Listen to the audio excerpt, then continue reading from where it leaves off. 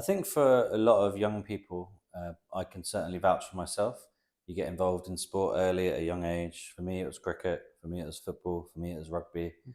and swimming and badminton and table tennis and athletics and anything where I Mhm. could have a bit of fun as a young man. So that's where my passion for the human body came from.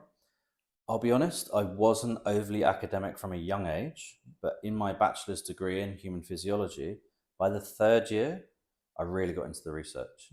So that's when I thought, this is for me. This is something I really enjoy.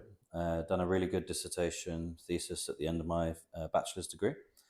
And I was very fortunate. I went into a health advisory role to the Bank of England, the central bank of the United Kingdom, Mhm. arguably one of the more famous central banks in the world. There's a lot of global economic finance relies on them. So I got my first insight into corporate well-being, working with some senior executives there, all the way up to the governor level. But my passion for the sciences continued to grow. So I knew I needed to do more academia. I had the passion now, less passion for the sport and going out, things like that. So I took it upon myself to do a master's at UCL in medicine, specializing in sports medicine. And at that time, I also wanted to change career and go more down the science path. So I began further studies at the same time to go into a medical clinic in the centre of London.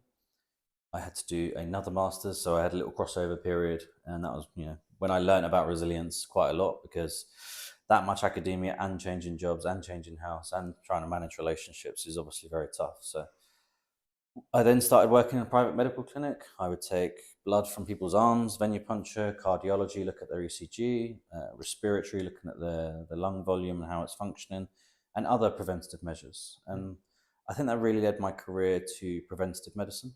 What I learned in clinic is invaluable. I've sat opposite well over 1,000 people and helping them diagnose issues that could come in the future. So, what preventative medicine is about, it's not treating something at the time of it occurring, it's treating something before it happens. Mhm. Right. So that's where my specialities in stress management, sleep health, resilience really came to the forefront.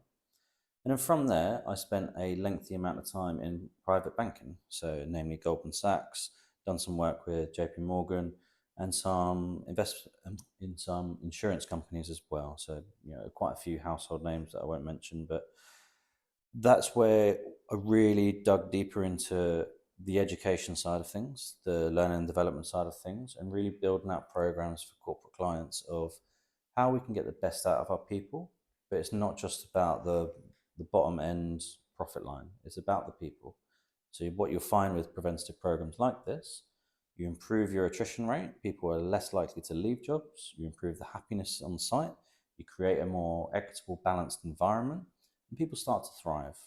And with that, the profit comes. So it's an investment in your people for the future.